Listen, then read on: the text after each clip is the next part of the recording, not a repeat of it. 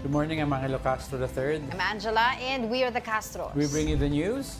And the views that make you think. Sometimes we agree. Sometimes we don't. This is News and Views. And here are today's headlines.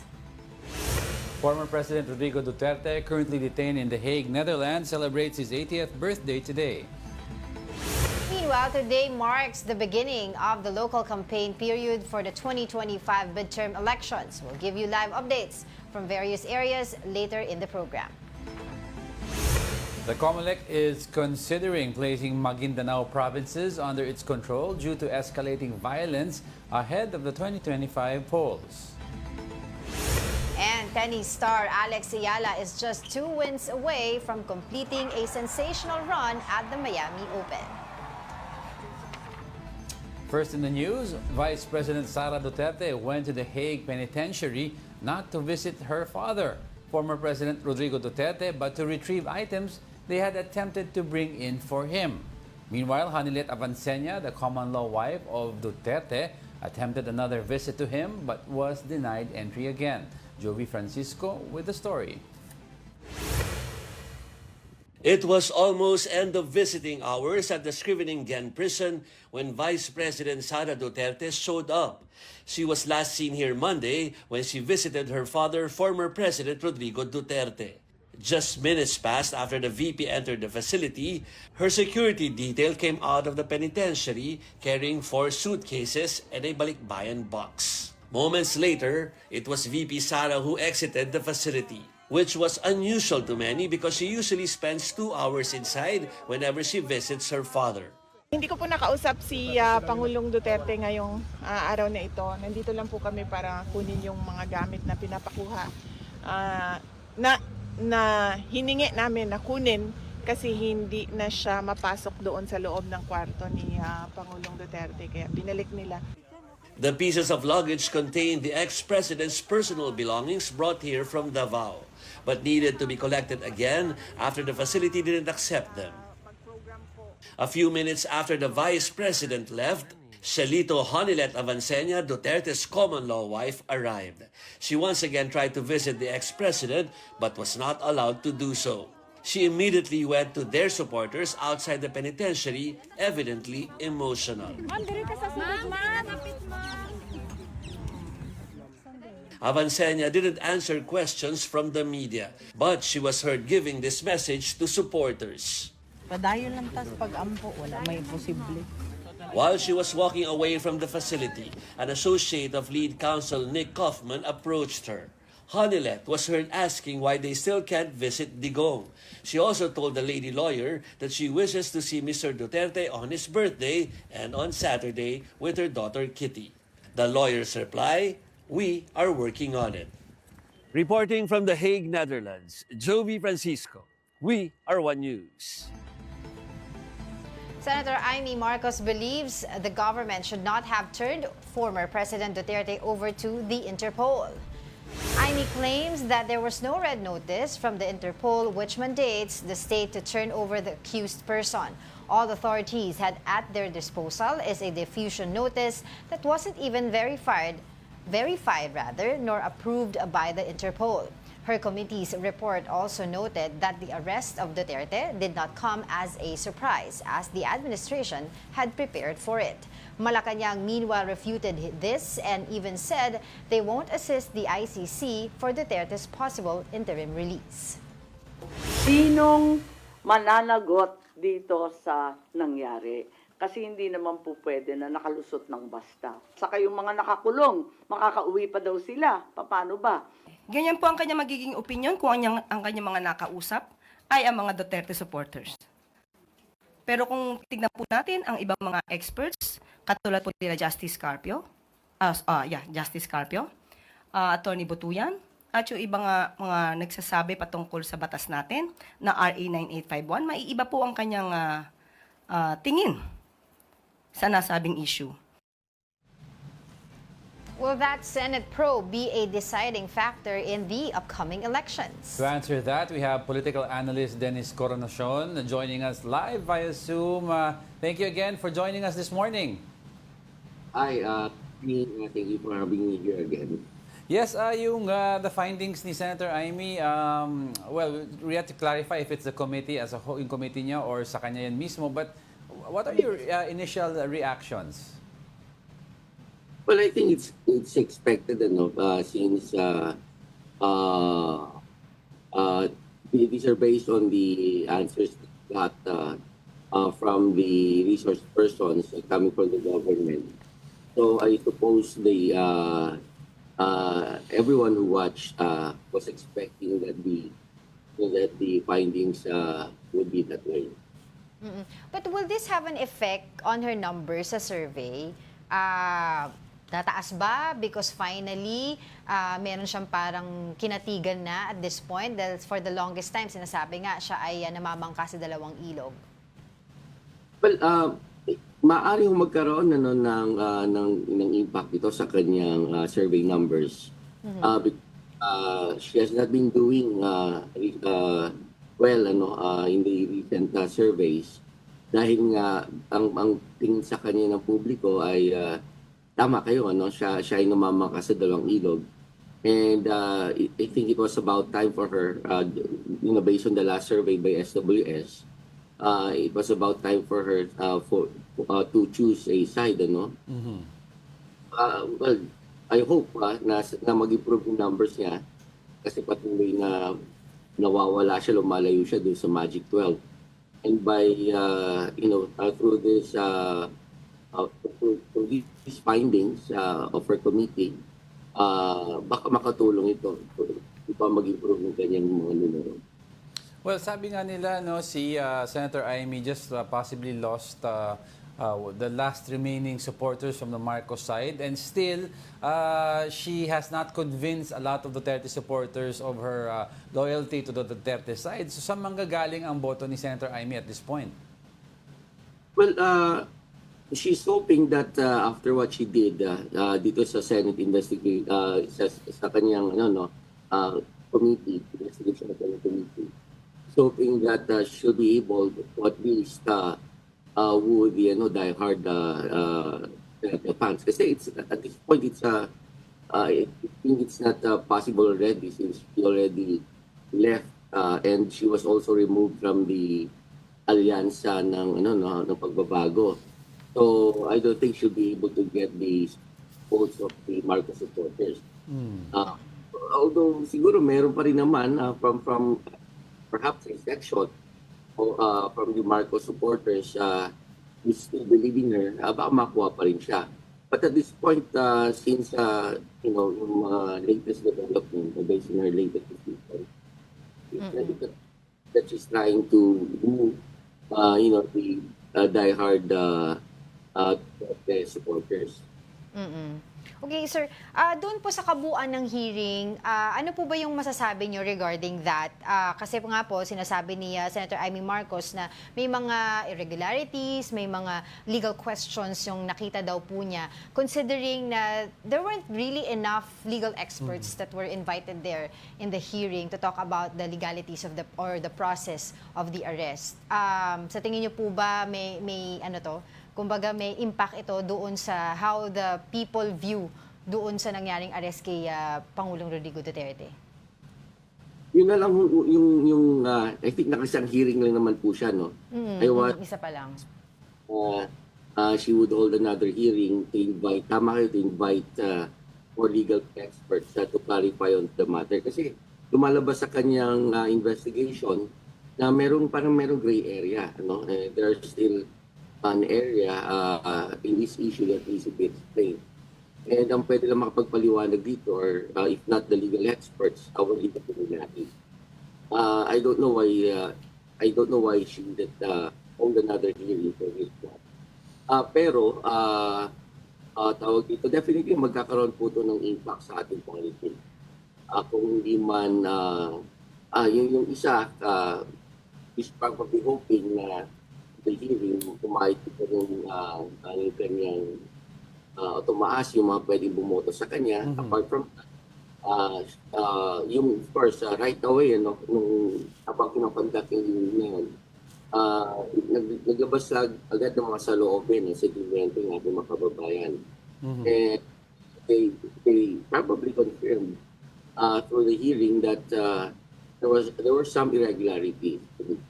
And that's why the hearing is important. Kaya ako naniniwala ko hindi lang ito pamumulita. Kasi it also gives us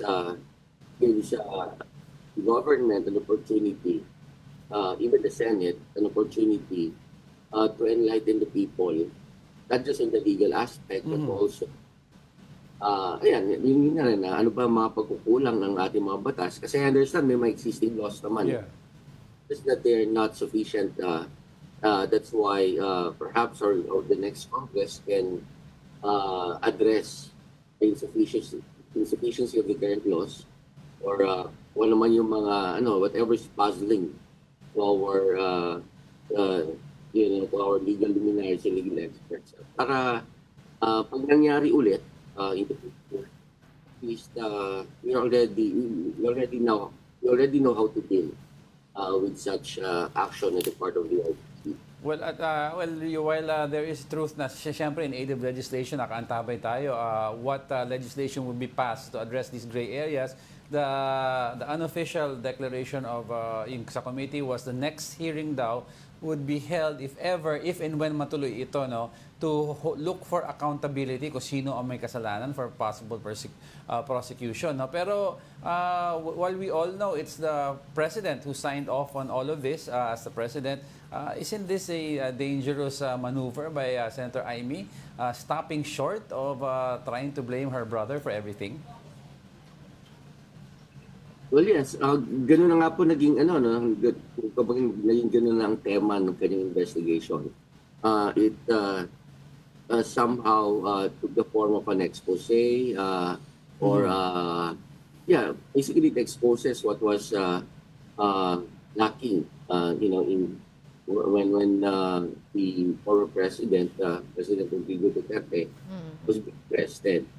So in a way, ina-expose yung mga kakulangan na ginawa ng mga concerned government agencies and offices kapag aresto ng dating Pangulo. So, I think kapag naging successful siya sa ganung ay ang magkakaroon ito ng negative impact doon sa imahe ng kanyang kapatid. That's right. So, that could be one of the possible effects. Pero will this hearing po ba will have a significant impact doon naman po sa mga kaalyado ni FPRRD? Kasi we all know naman that although Senator Bongo is on top of the survey, yung recent survey po ng mga senatoriables, other members of his slate, mga mababa no? Si Senator Bato de la Rosa lang yata medyo pumasok sa top 13 at least, the rest talagang mababa sila. Yeah, kahit mababa yung mga members ng yung mga kasama do sa senatorial lineup ng PDP Laban, even though mababa, if we're going to compare the current results, the latest survey results, so nag-improve naman unlike in the past several surveys, talagang makikita mo parang there would be no chance at all. So some improve numbers nila. And then makikita nyo na yung nagkaroon din ng impact. Kasi the latest survey by SWS already covered, it took place after the arrest of the president. So, andun nakasama na yung sentimiento ng mga tao doon with regard to that arrest. So, it shows that there are some senatorial candidates who have benefited from the outpour of sentiment from some members of our society. So, ayun, kaya patuloy na, I think for 2 consecutive surveys, one by Pulse Asia last month, and then one by leading na sa survey sa mga polls, si Senator Bongo. Well, go ahead. No. What about the others? Kasi, di ba, parang nakafocus lang tayo dun sa dalawang kampo di ba? Marcos, Duterte. But what about the others? Yeah. Saan sila ngayon sa scenario na ito, Prof? I think the others will continue to be to be outside the Magic 12 kasi currently the political discourse is shaped by the by the conflict between the administration and the Duterte family. Now, as for the others, lalo na yung mga former senators who are, especially those who are identified with before with the Liberal Party, Yeah. parang medyo nahirapan sila kung paano insert yung sarili nila sa diskurso na nangyayari. But somehow naman nag-improve pa rin. Although outside the magic doll pa rin si former Senator Kiko Pangilinan, Senator Bam Aquino. But there's, I think, 2 months left. So they still have ample time. Parang somehow nag-improve naman yung numbers. Hindi nga lang ganun ka-significant. But that means Medyo nawawala po kayo, sir. Yeah, Prof. Oo, medyo pihit ng konti for signal. Hello, can you hear us okay? Hello. Yan, oo. Can you hear me now? Yeah. Go ahead. So may mga slight improvements sa numbers nila. And so that means maaaring tama yung ginagawa nila. Baka may mga Ganun adjustment. ba? Pero dapat ba magsalita? Kasi tinanong ko na to kahapon kay Prof. Edmond Tayaw. So dapat ba, kasi parang quiet sila kasi, no? Recently doon sa mga pangyayari ngayon. Hindi natin alam kung saan ba sila pumuposisyon ngayon doon sa mga recent happening. So dapat ba talaga quiet lang sila or dapat ba magkaroon sila ng pahayag dito sa mga nangyayari? Well, ang kanila kasing ang kanilang I think ang strategy nila ay wag sumama sa issue na o sa away na pinasasangkutan ng administrasyon at saka ng Duterte family. And because of that, merong good and bad impact sa kanila.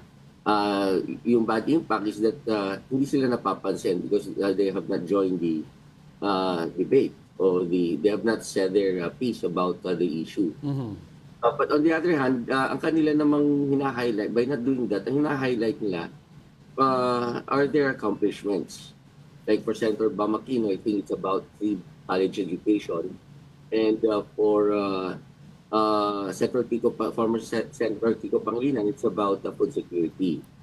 And so ang kanilang hina-highlight yung kanilang mga achievements at ayaw nila mahigop dito sa sa awayan. Pero Prof, hindi ba kasi during the time of the former President Rodrigo Duterte, the so-called yellow side, yung the Liberal Party, was heavily persecuted by the Duterte administration. Case in point, kay former Senator Laila de Lima was charged of drug charges that were eventually cleared. So yung mga supporters were also heavily persecuted by people online for being supporters of the yellows. Hindi ba dapat at this point, at least man lang, there's some sort of a solid voice saying that, of acceptance of what's happening right now, stopping short of supporting the admin? Well, some of them, like former Senator Laila de Lima, have issued statements every now and then, with regard to the difficult situation that the Dutertes are into. Pero as for the rest, parang they don't want to take the gamble. They think that the conflict between the two sides is irrelevant. And they would rather focus on the problems and look for solutions in case they get elected. Tingin ko yun ang kanilang, that's a risk that they're taking. Although you're right, some of them are every now and then would join, would give a comment, like former Senator Trillanes, who was at one point in time siding with the Yellows. So ganon, not all of them. I think it's more of a strategy taken by the said senatorial candidates. Alright, on that note, maraming salamat po muli sa inyong oras, political analyst Dennis Coronacion. Thank you so much. Thank you. Meanwhile, Senator Amy Marcos admitted that she and her brother, President Bongbong Marcos, have not been communicating much recently.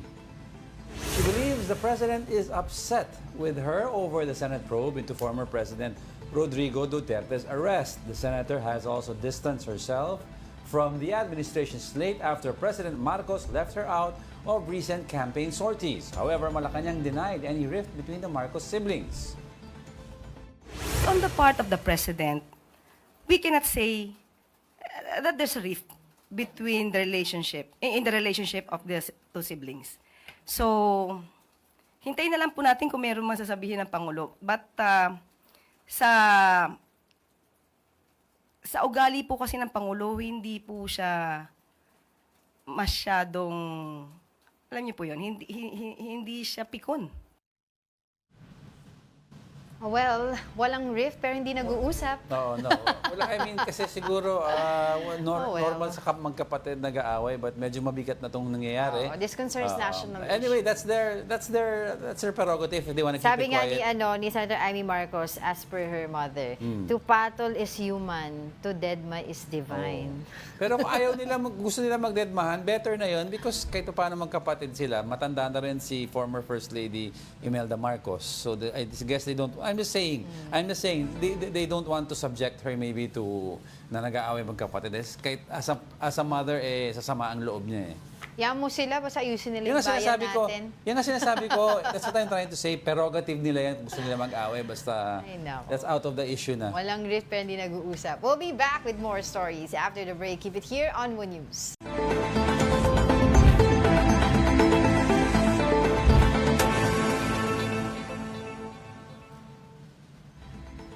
Good morning. You're still watching News and Views here on One News. Bilang Pilipino, bilang Pilipino. As the local campaign period begins, the Commission on Elections, or COMELEC, has warned candidates to follow campaign regulations strictly. COMELEC Chairman George Garcia stressed that the poll body will not hesitate to disqualify violators. He reminded candidates to place campaign materials only in designated areas, use biodegradable materials, and voluntarily remove illegally posted ads. Garcia also emphasized compliance with spending limits. Candidates were also reminded that attending aid distribution events or displaying campaign materials during such activities is prohibited. The Commission on Elections is considering placing Maguindanao del Norte and Maguindanao del Sur under its control due to escalating violence ahead of the 2025 midterm elections. COMELEC Chairman George Erwin Garcia cited recommendations from field personnel and security threats in the provinces. Garcia previously proposed placing Dato Odin Sinsuat, Maguindanao del Norte, under COMELEC control after an election officer and her spouse were killed in an ambush. Increased security, including checkpoints, will be enforced if the provinces are placed under COMELEC control. Meanwhile, trained police officers will be deployed as election registration board members in Maguindanao del Norte for the May 12 elections. Now, as mentioned, the local campaign period for the 2025 elections begins today. Let's check in on Vote Rich Manila with mobile journalist Merimon Reyes. Hey Merimon, tell us what's happening there. Magandang umaga. Opisyal na nga ang pagsisimula ng campaign period for the local elections. At dito sa lungsod ng Maynila, tulad ng mainit na panahon ngayon na inaasahan din natin yung mainit na labanan, lalo na sa major contenders dito. And kanina nanggaling tayo sa Road 10 at Tondo, ito yung sa may harapan ng Smoky Mountain, kung saan pasado alas 8 ng umaga ay sinimulan na yung campaign motorcade ni dating Manila Mayor Isko Moreno na tumatakbo ngayon muli sa pagka-alkalde. Kasama niya ang kanyang Your Miss Choice ticket at kasama niya tumatakbo dito ay si Vice Mayor candidate na anak din ni dating Manila Mayor Lito Atienza na si Chi Atienza. At yung ilan din ng mga party list na kasama dito sa motorcade ay ang vendors party list. Nakita natin kanina si Diwata na isang party list nominee, ang Agri Party List, ang Buhay Party List, pati na rin ang Angkasangga Party List. Sa monitoring natin so far, nasa paligid pa lang sila ng Tondo ngayon naglilibot, pero plano nila ay maikot ang Kamaynilaan bago nila isagawa ang kanilang proclamation, rally at program mamayang gabi doon sa may Moriones Street, Tondo rather. Dito naman sa Quiapo, kanina nga 8 a.m. to 9 a.m., dumalo muna sa isang misa yung panig naman ni incumbent Manila Mayor Hani Lacuna na tumatakbo vying for re-election kasama si incumbent Manila Vice Mayor Yul Servo Nieto. At ang kanyang Asenso Manileño ticket naman ay sinimulan na rin ang kanilang pagroronda o pag-ikot sa Kamaynilaan. Mamayang 6 o'clock PM naman, isasagawa nila ang kanilang proclamation rally at programa doon sa Earnshaw Street, Sampaloc, Manila sa may harapan nito ng Our Lady of Loreto Church. Kanina sa isang mabilis na panayam dito kay dating Mayor Isko, ang nasabi niya, nangako siya, nalilinisin niya raw ang Kamaynilaan o ang Maynila, oras na siya raw ay mahalal at pagtutuunan niya raw ng pansin yung mga pangunahing pangangailangan ng Manileños. Maalala natin na na tandem talaga itong si Mayor Hani at saka si dating Mayor Isko, pero nagkaroon ng lamat o ng asim sa kanilang relasyon at nasabi nga ni Mayor Hani na she felt betrayed noong nagdesisyon itong si Yorme Isko na tumakbo muli sa pagka-alkalde. Para naman kay Sam Versosa na independent candidate for mayoralty. So far, nakikita natin ngayon yung paglilibot din ito sa 6 na distrito dito sa Maynila. Aabangan din natin kung magkakaroon ba ng biglaang pag-endorso, kung may makakasama ba siyang vice mayor candidate, kongresista, o kaya naman ay mga konsehal. Bukod sa kanilang tatlo, meron pang mga 8 tumatakbo sa pagka-alkalde. Kasama na dito ang aktor na si Raymond Bagatsing, si Mara Lorraine Catorta Mondong ng Kilusang Bagong Lipunan, si Michael Say ng Ilocano Defenders, pati itong mga independent candidates sa sila Enrico Ferrer Ocampo, Erwin Stewart Cowatan, Enrico Docot Reyes, Alvin Caringal, pati si Jerry Garcia. Ayon sa COMELEC, ang registered voters dito sa City of Manila ay 1.1 million. So para sa lahat ng mga kumakandidato mula sa pagka-alkalde hanggang sa mga tatakbong konsehal, ito ang kanilang mga paglalabanan. Mary Mon, klaruhin ko lang. So 11 candidates lahat sila for mayor? Yes, 11 candidates sila. Okay, based sa nakikita mo sa lahat ng candidates na nakita mo, kayo yung medyo mainit ang pagtanggap? Actually, kanina doon sa Tondo, hindi pa tayo umaabot sa Road 10. Marami na ang mga nakahilera na supporters ng dating alkalde. At same goes din doon para sa mga party list nito. Marami rin kasi yung mga nakasuporta sa dating mayor kay Yorme Isko. So medyo mainit-init ang pagtanggap sa kanya. Pero pagdating natin kanina dito sa Quiapo, umalis na kasi yung panig naman dito ni Mayor Hani. Marami rin sila at ready raw sila na rumesbak sa pangangampanya raw para dito kay Mayor Hani. Wala namang nagkakasulubong na magkabilang panig sa isang lugar sa kanilang pangangampanya dyan, Marymon. So far wala pa, pero idadagdag ko rin pala na kanina doon sa may Sito Tondo, nakita rin natin yung pagpupulong na ng supporters naman ni Sam Versosa. So mga ilang metro lang yon away doon sa Road 10 Tondo, pero mukha namang hindi sila nag-cross ng landas kasi may sariling ruta rin itong panig ni Yorme Isko. May sarili na namang plano sa 6 na distrito itong sina Sam Versosa, pati na rin si Mayor Hani Lacuna.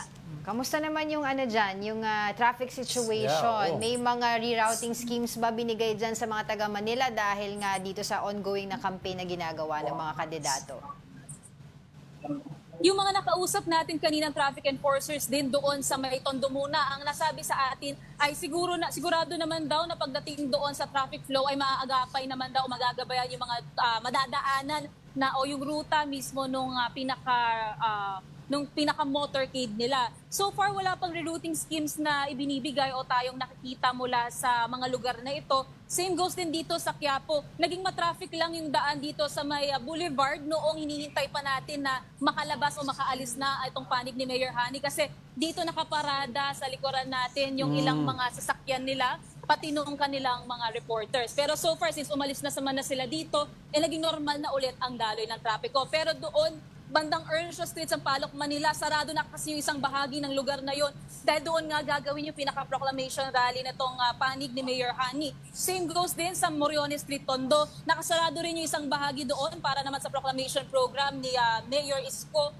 Pero sigurado naman daw sila na tutulungan nila kasama yung mga barangay officials sa paggabay sa mga motorista. Marymon, before of course we let you go, I'd like to ask based sa mga paglalakad mo sa field, pag-experiences mo sa field, ano ang main concern ng mga Manileño na gusto nila ayusin o baguhin sa Manila na tinitignan nila as a basis to vote for their candidates? Nako, isa sa mainit na usapin ngayon ng mga botante ay yung kalinisan ng lungsod ng Maynila. At nag-spark itong issue na to, kung maaalala natin, na nitong simula ng taon, kung saan na nagkaroon ng issues pagdating sa waste collection. Naipon kasi yung mga basura mula December hanggang simula ng January dahil nga nagkaroon ng complications sa system ng waste management sa pagitan din ng Manila LGU. Kaya siguro ito rin yung naging starting point ng sinabi na sa panayam kanina ni Mayor Isko na pangako niya raw kung siya raw ay mahahalal, lilinisin niya raw ang Maynila. Alright, thank you for that, mobile journalist Merimon Reyes. Now let's check in on the situation in Marikina. We have with us mobile journalist Evan Tarinque on the ground with the latest updates. Evan, go ahead. Diego, nagsimula na nga ngayong umaga ang pagkaikot ng mga kandidato para sa lokal na halalan dito sa Marikina City. Hindi alintana ng mga kandidato ang matinding init habang patuloy silang nangangampanya para sa darating na halalan ngayong taon. Bandang alas 8 ng umaga, sinimula ng grupo ni suspended Marikina Mayor Marcy Teodoro ang kanilang motorcade kasama ang kanyang asawa na si Maan Teodoro nakakandidato para sa pagkaalkalde. Kaninang umaga rin naglibot na sa First District ng Marikina kasama ang kanyang konsihal na nasa kanilang ticket. Nahinto namin si Teodoro upang tanungin kung ano ang kanyang reaksyon sa epekto ng kanyang suspension sa kanyang pagtakbo bilang kongresista, pero ayon sa kanya, isa lamang itong bahagi ng politika. No? Samantala, nagsagawa na rin kanina ng house-to-house campaign sa San Roque, Marikina ang tumatakbo sa pagka-mayor na si Congresswoman Stella Quimbo. Kaninang umaga rin yan. Kasama niya sa pangangampanya ang kanyang mga running mate para sa pagka-vice-alkalde na si Del de Guzman, si Coco Pimentel na tumatakbong kongresista ng lungsod at ang kanilang mga kandidatong konsihal. Sinabi ni Quimbo kanina na kung siya ang mapalad na magwawagi bilang alkalde, isa sa pagprioridad niya ang solusyon sa problema sa pagbaha dito sa Marikina, pagbibigay ng medical assistance at paglikha ng mas maraming trabaho para sa mga residente. Diego, Angela, inaasahan niya na magpapatuloy ang kanilang pag-ikot ngayong araw na actually nakalista na mamayang pagkatapos ng second round mamayang hapon. Diego. Oh, Evan, I remember kasi recently merong suspension order dito kala Mayor Marcy Teodoro na siyang kakandidato ngayon ng congressman dyan na sa anong first district ba 'yon? Makakalaban niya si Senator Coco Pimentel. Siya ba ay tuloy ang kanyang pangangampanya kahit siya ay suspended? Tama ka diyan, Angela. No? Kanina nakausap nga natin siya, nanghingi tayo ng reaksyon, ang sabi niya parte daw ito ng politika, kaso magdudugtong politika raw yung naging yung kinasamahan nito, pero sabi niya tuloy pa rin daw ang laban at tuloy yung kanyang pangangampanya ngayong darating na eleksyon. Kanina nga nasalubong natin yung motorcade niya kasama yung kanilang mga konsehal, pati na rin yung kanyang asawa na si Congresswoman Maan Teodoro na siya namang tatakbo sa pagka-alkalde sa darating na midterm election. Angela. Yan, Evan, sa mo nakikita mo sa sa ground, sino ba ang matunog na posible daw na manalo sa mayor? Actually, Diego, may kanya-kanya kasing mga taga-suporta magkaibang distrito kasi itong dalawang kumakandidato, si Stella Quimbo ay nasa District 2. So doon mas marami siyang mga taga-suporta. Dito naman sa District 1 si Maan Teodoro naman yung maingay, So depende sa magiging takbo, pero kanina nag-ikot dito si Stella Quimbo, nakita rin natin na merong sumasalubong pa rin naman sa kanyang mga taga-suporta dito sa District 2, dito nga sa bandang San Roque, sa Maynila, na talagang ito usually kasi pinapamunuan ito ng mga Teodoro dahil ito ay District 1. Pero pagdating naman, itong namang si Maan, baka abangan pa natin kung kailan siya ikot ng District 2 dahil ngayong araw ang ruta nila ay mag-ikot dito sa District 1 kasama yung mga District 1 na councilors. Base sa pagbabantay mo dyan, Evan, tell us the vibe of the supporters at saka yung mga residente dyan sa Marikina mismo. Yes, Angela, kanina nga nung bago umarangkada itong motorcade ni suspended Mayor Marcy Teodoro, talaga maririnig mo yung mga tao nagsisigawan, Mayor Marcy, ganito ganyan. At ang sigaw lang ni Mayor, lalaban tayo, lalaban. Dahil yun nga, parte daw kasi talaga ng politika. Itong nangyari sa kanya. Pero ngayon, kanina hiningin din natin ng panig. Sabi niya, patuloy nilang inaantay yung kung magkakaroon ba ng probable cause yung kanilang pagkasuspende at nire-review pa daw yan ngayon sa mga oras na to. Kanina naman etong sa pag-ikot naman kasi nag-house to house naman kaninang umaga etong si Congresswoman Stella Kimbo no dito sa may bandang San Roque. May kita natin lahat kinakabayan, lahat ng tao parang gustong makita at talagang sumisilip sa kanilang labas ng bahay para lang makita nga itong tumatakbong sa pagkaalkade dito sa Marikina ngayong midterm election. Oo. Evan, lastly, before we let you go, meron ba mga matunog na kilalang personalidad na sasama sa kanilang mga susuportahan na kandidato dyan sa Marikina? Angela, sa ngayon wala pa naman tayong naririnig na mga mabigat na pangalan pero kanina nakita natin kompleto yung slate ni Congresswoman Stella Kimbo, kasama niya si dating mayor actually na Marikina na si Del de Guzman na tumatakbo naman ngayon as vice alcalde. No, nakita rin natin si Senator Coco Pimentel na siya namang tumatakbo ngayon bilang kongresista dito sa may lungsod. No, so sila yung ating nakita. No, pagdating naman dito sa may slate ni Maan Tudoro, ang nakita natin ay kanyang asawa na si Mayor Marcy, siya mismo at yung kanilang konsihal for District 1. So sila yung nag-ikot ngayong araw and yeah, we're keeping an update. Nangihingi pa tayo ng update sa kanila kung kailan naman sila mag-iikot sa mga susunod na araw. Angela. Alright, maraming salamat sa iyong oras sa mobile journalist Ivan Tarinque. Don't go away, we're not done yet. Stay with us.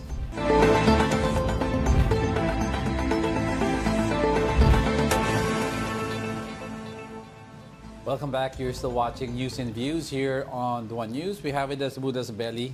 Thank you for these yummy dim sum treats. Di ba favorite mo yan? Yes, of course. Kaya lang kasi ngayon Friday, so bawal lang. Hindi, shrimp naman. Buchi na lang. Shrimp. Oh, yeah, that's shrimp. right. Hakaw That's right. naman yan. Oo nga naman, oo nga Okay, naman. thank you, Buddha's Belly and Marjorie Tan.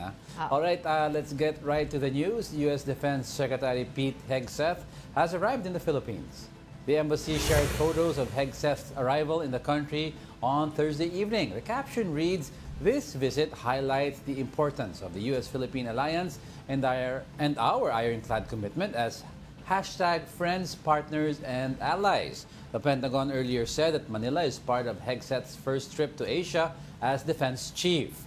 His Asia-Pacific trip will also take him to Japan, Hawaii, and Guam. Bilang Pilipino, bilang Pilipino. Punta naman tayo sa Caloocan. This time we have mobile journalist Amy Atienza. Amy, kamusta na sitwasyon dyan? Angela, Diego, good morning. Nandito nga tayo ngayon sa May Galino Covered Court dito sa 8th Avenue sa Caloocan. At kung makikita nyo naman sa aking likuran, ay nag-aayos pa lang sila dito para sa magiging campaign kick-off rally ni former Senator Antonio Trillanes para nga sa kanyang election bid para sa pagiging Caloocan City Mayor. Well, so far, yun pa lang naman nangyayari ngayon. Wala pa rin wala pa rin motorcade na nangyayari among the malapitan na kalaban ni Trillanes, pati kay Trillanes. Pero kanina ay narinig natin na magkakaroon nga din daw ng rally para kay re-electionist Along Malapitan pagdating naman sa 10th Avenue. So bibisitahin natin yan mamaya. Pero so far, ito pa lang yung nangyayari, nag-ayos pa lang sila at inaasahan nga na merong mga taong pupunta dito para magbigay ng support para kay former Senator Trillanes. At yun nga, nasabi din kanina na mamaya aabangan natin, nakasama niya nga ang kanyang running mate na si PJ Malonzo. Kasama din mamaya ang special guest nila na si Senator Risa Hontiveros, pati na rin ang mga senatorial aspirants na sina Bam Aquino, Kiko Pangilinan, pati na rin si Heidi Mendoza. So yun yung mga abangan mamaya dito. Magsisimula yan ng 6 p.m. dito sa Galino Covered Court. Pero so far ngayon, Amy, kalmado pa yung sitwasyon dyan, yung mga kalye. Kumbaga, wala pa kasing nangyayaring mga motorcade, tama ba? Yes, kalmado pa yung sitwasyon. At actually, hindi din naman traffic kung titingnan natin yung daloy ng trapiko dito, pati na rin dun sa may area ng monumento kung saan nga lahat dun talaga nagtitipon-tipon. So far, inaasahan pa rin daw nila na baka nga mas dumami yung tao at baka nga magkaroon din ng signal jamming pag nagkataon na magpanagpo yung supporters ng dalawang tatakbo dito sa Caloocan City. Amy, dalawa lang ba ang naglalaban para sa mayor? Yes, yun lang yung na-announce ng COMELEC si current mayor ng Caloocan City, si Along Malapitan, pati na rin na si former Senator Antonio Trillanes IV. Naspatan mo na ba si Senator Antonio Trillanes dyan o kaya si Mayor Along Malapitan? Mga anong oras ba sila lalabas? Kasi ngayon nagsimula na, no? We covered Marikina, Manila. Talagang kaninang umaga pa lang, ang dami na nilang nalibot eh. Well, dito very calm pa yung situation most likely kasi inaasahan daw nila na mas magpo-focus daw si Mayor Malapitan sa mga proyekto pa na meron siya. At ito namang si Senator Trillanes ay mag-iikot-ikot na nga simula dito sa 8th Avenue. So simula yan today. So mamayang hapon pa ini-expect na magpakita yung dalawang kandidato sa kanilang mga supporters dahil nga may iba't ibang pa daw proyekto na inaantabay. At kung makikita naman natin yung social media sites nila, social media pages, doon na sila nag-start ng campaign nila para maipakita yung mga plataforma na meron sila for the 2025 elections. Alright, sige. Maraming salamat sa iyong update. That was Amy Atienza, our mobile journalist covering what's happening there sa local election sa Caloocan. Thank you so much, Amy. Now, still covering the start of the campaign period for local candidates, we now head over to Pasig. We have mobile journalist Kyla Macantan on the ground. Kyla, tell us what's happening there. Good morning, Angela. Katatapos lang, literal na katatapos lang ng naging pagsasalita nga ng team greeting ng Pasig dito sa Mutya ng Pasig. At star-studded, parang gano'n natin madedescribe yun kasi present syempre yung mga magulang ni incumbent mayor dito Soto na sila si Miss Comunes and si Bossing Vic Soto. Ganun din yung mga may bahay ni na Congressman Roman Romulo na Salesianos at kay incumbent Vice Mayor Dodot Valensky na si Mikey Coangco. Siyempre ko dito no, kasama sa kanilang tig-anim na councilors per district ay sina Angelo De Leon at sa District 1 naman is si Tito Rustio. So, punong-puno talaga doon kasi ginanap, no? Papakita ko sa inyo. Dito kasi tayo sa medyo labas dahil walang signal doon. Pero doon, sa loob talaga ng palengke sa gitna, doon na ginanap yung kanilang maikling program. At talagang dumog yung tao. 3 stories kasi ito nga palengke. At talagang yung mga tao binibiro na ni Mayor dito, no? Parang upper box, general admission, ganun daw ang upuan ng mga supporters na dumalo. At hindi nila alintana yung init ng panahon kasi wala talagang hangin doon sa loob. At kanina, bago lang matapos yung programa, may isang senior citizen na nawala ng malay. Pero simula nung umpisa hanggang dulo talagang nag-stay yung mga tao. At ngayon, palabas pa lang dadaan sila dito yung ating mga candidates from Giting ng Pasig. Angela. Yan. O try mo kausapin yung mga kandidato, baka ma-ambush interview mo, Kyla. Ayan, so Congressman Roman Romulo, kakadaan lang sa likod mo.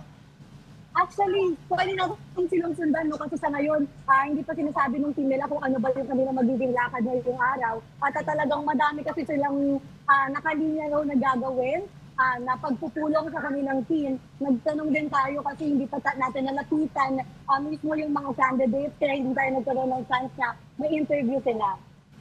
Ayan, si Mikey Coangco just passed behind you. Nakita natin. Maganda pwesto ni Kyla. Kyla, pero sino ba ang overwhelmingly popular diyan sa Pasig? Is it still Mayor Vico Soto?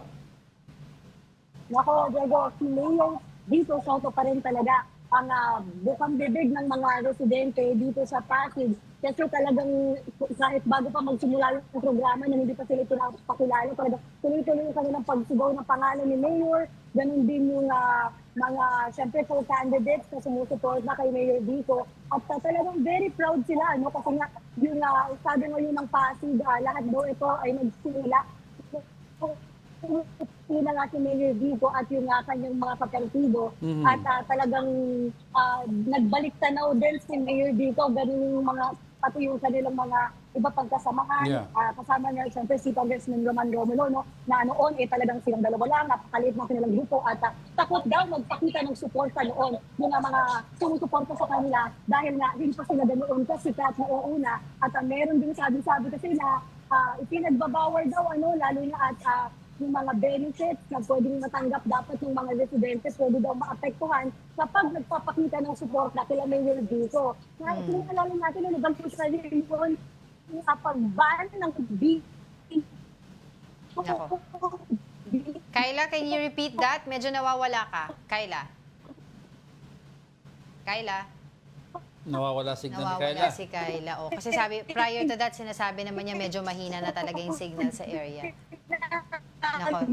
We'll try to get back to you, Kyla. Ayusin muna natin yung linya para mas maintindihan natin yung sinasabi mo. But for those who just tuned in, yan po ang aming mobile journalist si Kyla Macantan giving us updates dun sa nangyayari dyan sa Pasig City on the ground dahil this is the first day of local campaign period. Diba? So Yeah. we've seen sa monitors natin na she was there kung saan nagsimula ang programa ng rally ng kampo nila Mayor Vico Soto, which was also attended by his parents for the support, and yung kanyang mga kaalyansa, 'di ba? Yung kanyang Vice Mayor si Dodot Jaworski and his wife Mikey Coangco was also there, and we also Angelo De Leon, part of his slate, and other personalities na yun nga sumusuporta. At saka we have yet to ask kay Kyla Macantan kung ilan ba yung estimated crowd na dumalo dyan ngayon dun sa pinakaunang rally ng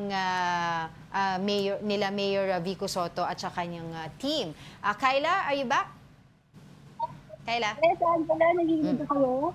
Yes. Okay, sige. You were saying kanina, bago ka nawala. Oo, sorry, dumaan kasi si Mayor Vico. So yung mga tao dumungog dito sa pwesto na tinatayuan natin at natulak tayo. Isa sa kanilang pagbabalik na yung mga pinagdaanan na nila Mayor kasama ng kanyang mga kasama ngayon, kagaya ni Congressman Roman Romulo, yung pag hindi mapapakita ng kanilang mga supporters, yung pagsuporta sa kanila dahil may takot daw at apektado yung kanilang, for example, benefit na natatanggap dito sa lungsod dahil nga ipinagbabawal daw noon yung pagpapakita ng suporta sa kanila. Ay, pabiro din na ibinahagi ni Mayor Vico yung pag-ban daw noon ng Vico dito sa palengke. At itinatago pa raw yan mismo ng mga dipinto ng kakanin. So bukod doon, nung pinakilala ni Bossing Vic Soto, si Mayor Vico, biniro niyang sinabi na si Mayor Vico daw ay susunod na presidente ng bansa na hindi naman sinasang-ayunan ni Mayor Vico dahil sa ngayon, ang focus niya at ang kanilang grupo talaga ay yung mas mapaganda pa nga yung Pasig. Sinasabi na nila, umunlad ng Pasig pero may mas iunlad pa raw ito. Lalo na po ang kanilang pera, yung pondo ng bayan ay hindi rin nila ninanakawan at ginagamit nila sa tama, siyempre para pa rin sa mga taong bayan malungkod ng Pasig. Alright, Kyla, mamaya naman siguro sa iba pang mga programa natin, tignan mo naman yung kabilang panig, 'di ba? Yung kanyang mahigpit na kalaban si Sara Diskaya para mabigyan din tayo ng update tungkol doon. Alright, maraming salamat sa ating mobile journalist Kyla Macantan live sa Pasig. Alright, in sports, the semi-final round of the 2025 Miami Open is now underway. Filipina tennis star Alex Ayala has crossed paths with world number 4 Jessica Pegula. The winner will move on into the championship round to face the survivor of the other semis showdown. That's between top seed Ariana Sabalenka and 7th ranked Jasmine Paulini. Ayala's magical run continued following stunner over world number 2 Iga Swiatek. Yeah, si Alex is now up 5-4 sa first set. She needs one more sa first set to go 6-4 so that she takes the first set. And then, of course, alam naman natin out of 3 sets yan. Galing niya, no? If she wins, she moves to the finals. Grabe to, sobrang Cinderella run, and everyone in the US is talking about it. Yes, oo. Even si Rafa Nadal, di ba, nagkaroon Kasi Rafa Nadal is her mentor. Nadal, oo. She's part of the Nadal Training Academy. Yes, Kaya ang galing. she was one of the few selected to be trained under Rafa Nadal and yung mga coaches niya. Right. Congratulations ngayon pa lang. And good luck, di ba? Siyempre, buong Pilipinas ay siyempre nananalangin sa pagpanalo. Well, it's a breath of fresh air yung binibigay ni Alex sa atin from all this politics, di ba? Time out muna. Dito muna tayo kay Alex. Hoy, happy Friday pala sa lahat, no? Thank you kay Marjorie Tan of Budo's Belly for these yummy treats. And before we let you go, I'd like to leave you with a quote. Do the difficult things while they are easy and do the great things while they are small. A journey of 1,000 miles must begin with a single step. A quote from Lao Tzu. Yan, para kay Alex yan. Di ba? Alright, and that wraps up today's episode of News and Views. Join us again on Monday. I'm Angela Lagunsad Castro. I'm Angelo Castro III. We are One News. All sides, all the time.